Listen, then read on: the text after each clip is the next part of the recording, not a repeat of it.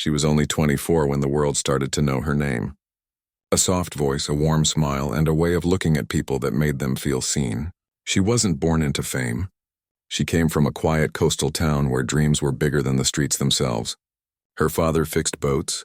Her mother sold handmade scarves by the pier. Every evening she would sit by the water and tell stories to whoever passed by, fishermen, tourists, even stray cats. She said the sea listened better than people did. When she was 16, a traveling theater group came through town. She begged to help with the costumes just to be close to the stage. On the final night, one of the actors fell ill and she stepped in.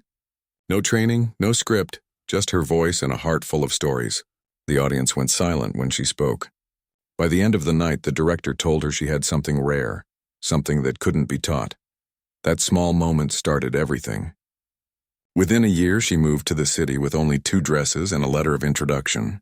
The city was harsh and loud, full of people chasing the same dream. She slept in tiny rented rooms, took small parts in plays that hardly paid, and sometimes sang in cafes just to afford a meal. But she never gave up. She told friends, "If I can make one person feel something real, that's enough." Luck found her in the most unexpected way. A well-known film director happened to watch her perform at a small theater on a rainy night. He saw something in her eyes that reminded him of the silent film stars of old. Grace mixed with mystery. Within months, she was cast in a supporting role for a major film. The movie became a surprise success, and so did she. Magazines printed her picture, calling her the new face of timeless beauty. Reporters asked about her life, but she always kept her answers short. She didn't like talking about herself. She preferred to talk about stories, nature, and simple joys, like how the smell of rain reminded her of home. As her fame grew, so did the distance between her and the life she once knew. She tried to write to her parents often, sending photos from the sets, but her schedule became too demanding. Cameras followed her everywhere, and people began to treat her like she was something fragile and unreal. She smiled for them, but behind that smile was a quiet longing to escape the noise. Despite her gentle nature, she was strong-willed. She turned down several big offers because she didn't believe in pretending to be something she wasn't. She once told a journalist, "Acting isn't about pretending, it's about feeling something true and sharing it." That quote was printed in every newspaper the next day, making her sound wise beyond her years. Then came her biggest role, a film about a woman lost in the will. The news of her disappearance spread faster than anyone could imagine. For days, her face was on every newspaper and television screen. People couldn't believe that someone so loved, so calm, could just vanish without a trace. The police tried to stay calm, telling everyone that maybe she had gone away for rest, that she would come back soon. But deep down, no one really believed that. Something about it felt different. Search teams worked day and night. Helicopters flew over the forests, and divers searched the nearby lake. Every road leading out of the town was checked, but there was no sign of her car.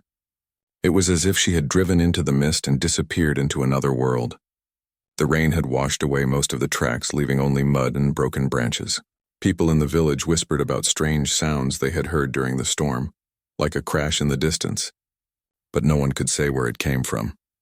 Her parents stayed near the cottage for weeks, waiting for news. They refused to leave until they knew what had happened to their daughter. Her mother would sit by the lake every evening, staring at the still water as if hoping it would give her a sign.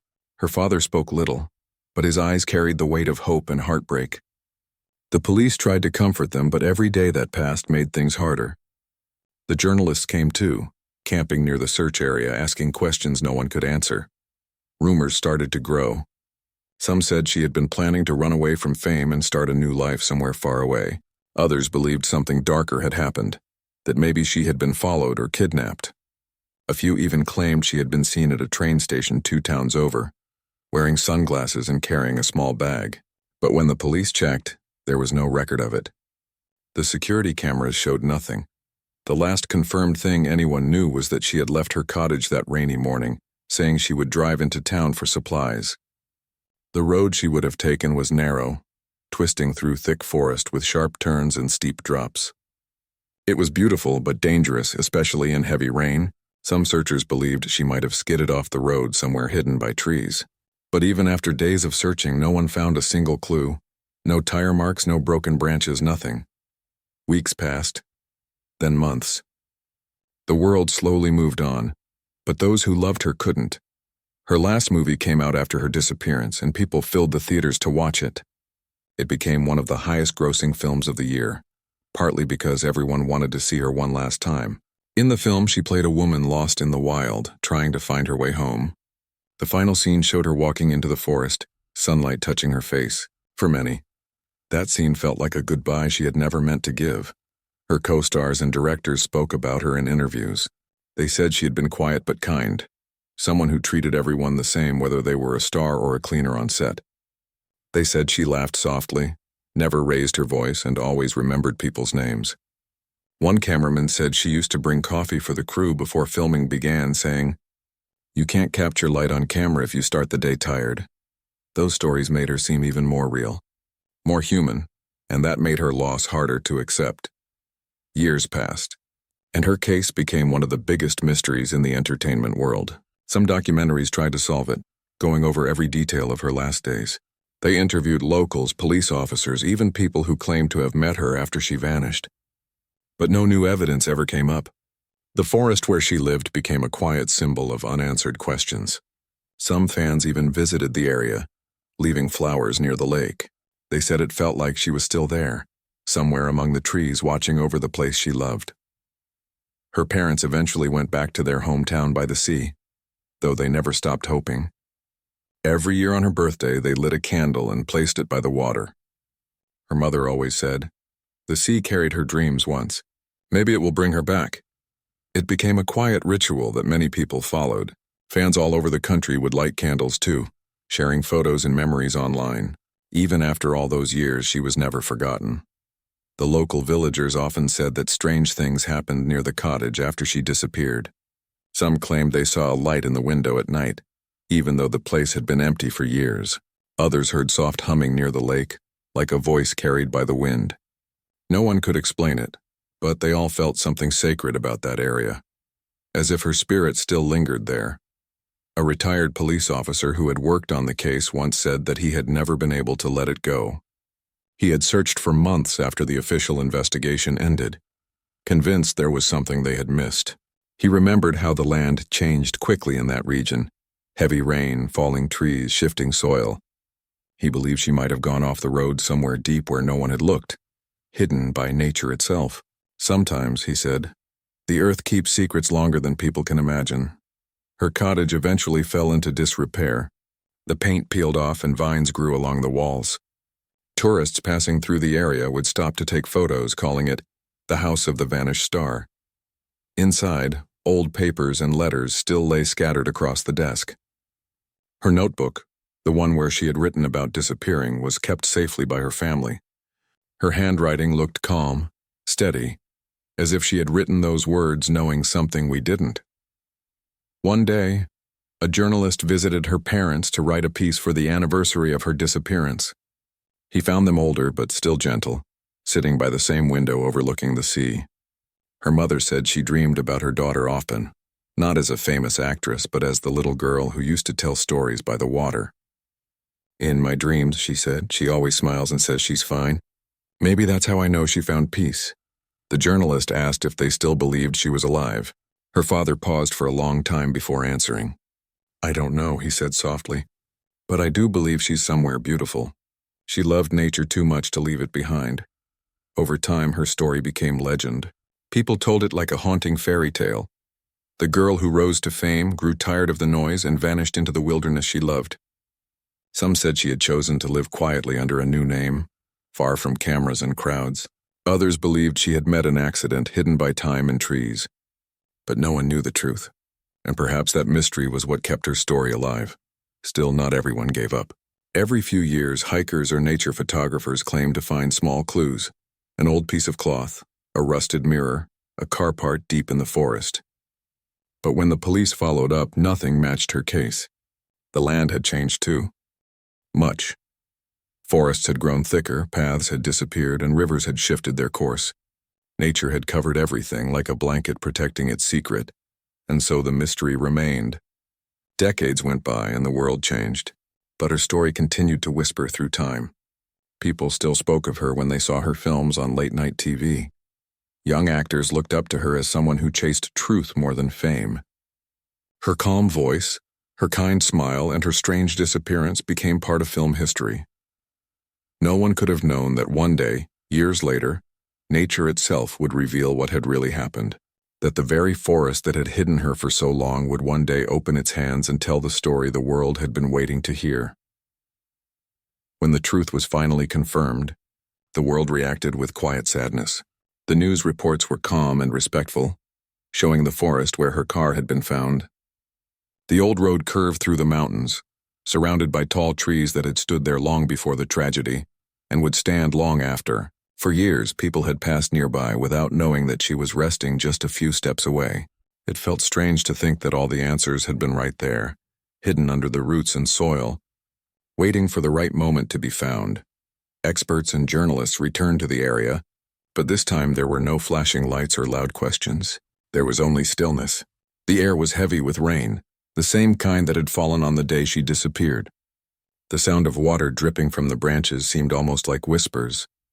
Everyone who came there felt the same quiet respect, as if they had stepped into a sacred place. The discovery was not just an ending. It was also a kind of peace. The authorities carefully recovered what remained of the car and took it to the city.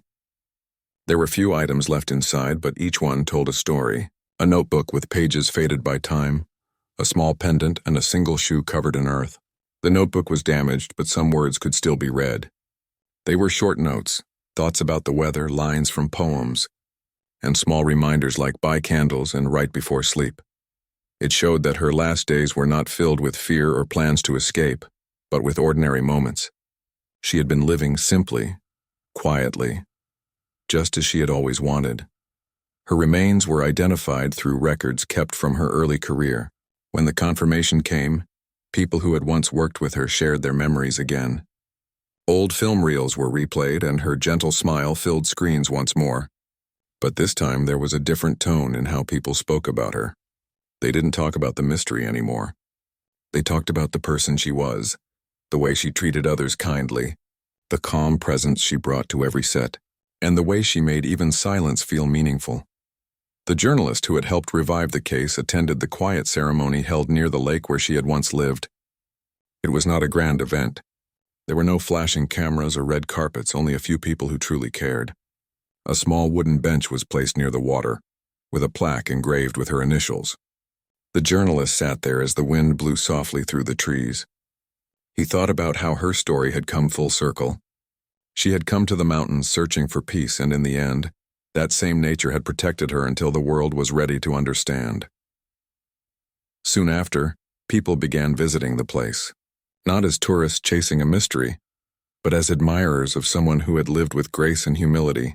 The town slowly transformed the area near the lake into a quiet memorial garden. They planted wildflowers along the path leading to the water, and placed lanterns that glowed softly at night. Locals said that when the moon reflected on the lake, it felt like her spirit was still there, gentle and free. One afternoon, an elderly woman from the village came to visit the site. She had once seen the actress buying groceries before the storm all those years ago. Now she stood by the water holding a single white flower. She told a visitor nearby, "She looked peaceful that day. I think she still is." The visitor nodded, and together they watched the reflection of the trees dance across the surface of the lake. Her story spread again, but differently this time. It wasn't about mystery or loss, it was about life, nature, and the strange beauty of time. Schools used her story to teach students about resilience and kindness. Documentaries focused on her simple wisdom rather than the tragedy. One quote from an old interview became famous again. "You can't chase peace. You have to stand still long enough for it to find you." Those words touched people deeply, especially after knowing how her story ended. Her old movies were restored and released again. Younger generations discovered her work for the first time and admired the natural honesty in her acting. She didn't act to impress. She acted to feel. Her eyes carried emotions that words couldn't describe. Audiences felt connected to her, even though she had been gone for decades. It was as if she was reaching across time, reminding everyone that truth and simplicity never go out of style. The journalist eventually wrote a book about her life. He didn't focus on theories or rumors, but on the quiet details that made her human. He described her laughter, her love for the sea, the way she spoke gently even when she was tired. He wrote about her time in the mountains, how she found joy in small things like the sound of rain or the color of the sunrise. The book became popular, not because it solved a mystery, but because it celebrated a person who had lived with heart and honesty. Years later, the forest began to change again. The area where her car had been found grew lush with green moss and wildflowers. It no longer felt like a place of sorrow, but one of peace. People who walked there said they felt calm, as if the forest itself had forgiven the pain of the past. Some believed nature had always meant to return her, but only when people were ready to listen with care instead of curiosity. The lake became a place of reflection for visitors from all over the world. Some came to leave letters, others just to sit in silence. They said that the wind carried a soft tune at dusk, almost like humming, the same way she used to hum by the water. Whether it was real or just imagination didn't matter. It was enough to feel close to her spirit. The film industry created an award in her name to honor artists who showed depth, kindness, and humility in their work. The award became a symbol of integrity, celebrating people who followed their heart rather than fame. Every year during the ceremony, her image appeared on the screen, her smile gentle, her eyes bright, as though she were still here, watching quietly. The journalist, now much older, returned one last time to the mountain where it had all begun. He walked slowly along the same narrow road where she had once driven. The sun was setting and golden light filtered through the trees. He stopped near the bend that overlooked the valley. From there he could see the place where her car had been found. It was silent but not lonely. He closed his eyes and whispered, "You finally found peace." For a moment, a soft breeze brushed his face, warm and kind, as if the forest itself was answering. He walked down to the lake and sat on the bench near her plaque. The water rippled gently, and he thought about how life has its own way of bringing things full circle. Sometimes the answers don't come from searching, they come from waiting. He looked at the reflection of the sky on the lake and smiled. The story was no longer about loss. It was about peace, love, and the quiet power of nature to heal what time cannot. As the evening settled, the forest glowed with the last light of the day. The wind moved through the trees like a whisper of gratitude, somewhere between the rustle of leaves and the shimmer of water. It almost sounded like a voice saying, "Thank you." The journalist sat there until the stars appeared, listening, feeling, and understanding what the world had finally learned. Nature had kept her secret not out of cruelty but out of kindness, giving her the silence she had always searched for. The years that followed her discovery brought a sense of quiet healing, both for the people who had known her and for those who had only known her story. The mystery that had once filled newspapers and documentaries was no longer about unanswered questions. It had become something gentler, a story about how life moves on, and how even after great loss, peace can grow in the places where pain once lived. The small mountain town where she had once lived began to see more visitors, but they didn't come with cameras or curiosity. They came with flowers, candles, and small notes of gratitude. Some said they felt drawn to the place because her story reminded them to slow down, to breathe, to live with kindness. Local shop owners began keeping postcards of her smiling face at their counters, not to sell but as a quiet tribute.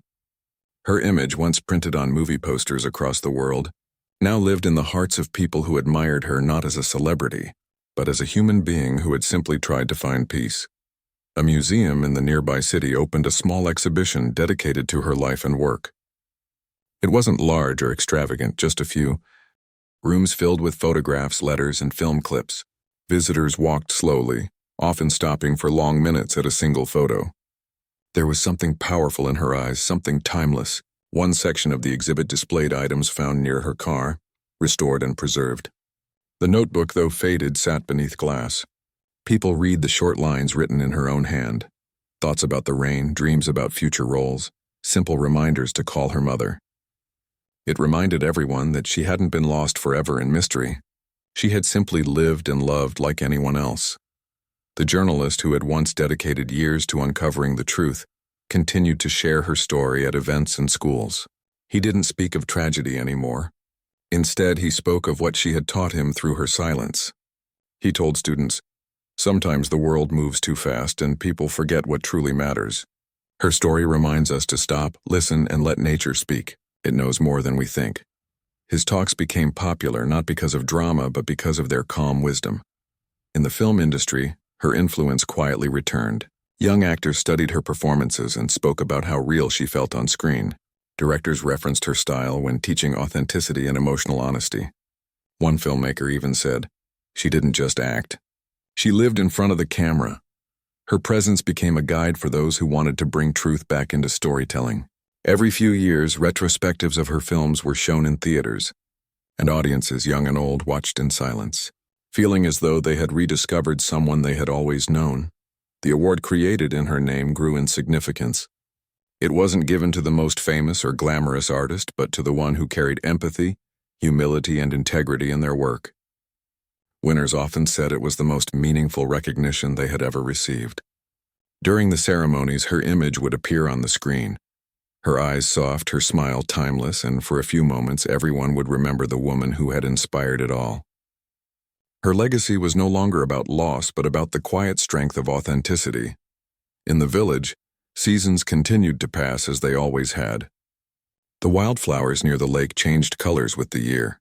Soft purples in spring, gold in summer, and deep crimson in autumn. Locals said it was as if the earth was painting her memory again and again. Children played near the water, unaware of the story that had once haunted their parents. To them, she was simply a kind face in a picture by the lake, someone who made the world feel calm. One summer afternoon, an elderly couple who had once known her visited the memorial garden. They walked slowly hand in hand until they reached the wooden bench by the lake. The man brushed away a few fallen leaves and placed a small bouquet of daisies on the plaque. "She always loved these," he said softly. They sat there for a long time, watching the sunlight dance on the surface of the water. It felt as though time itself had stopped, holding that moment still, gentle, and eternal. Not far away, the journalist, now frail and gray-haired, continued to write. His final book was not about mystery or fame. It was about understanding. The way nature carries truth, the way silence heals, and the way one life can touch countless others without ever meaning to. He ended the book with a simple line: "Peace does not always come when we search for it. Sometimes it waits for us in the quiet, long after we have stopped asking." When the book was released, readers from all over the world wrote to him, saying her story had changed the way they saw their own lives. Some said it helped them forgive, others said it helped them let go. On the anniversary of her discovery, the town held a small candlelight gathering by the lake. There were no speeches or music, just the soft glow of lights reflecting on the water. People stood in silence, listening to the gentle breeze and the rustle of leaves. Some said they could almost hear a faint melody, something like humming, faint but full of warmth. No one tried to explain it. They simply smiled and let the sound fill the air.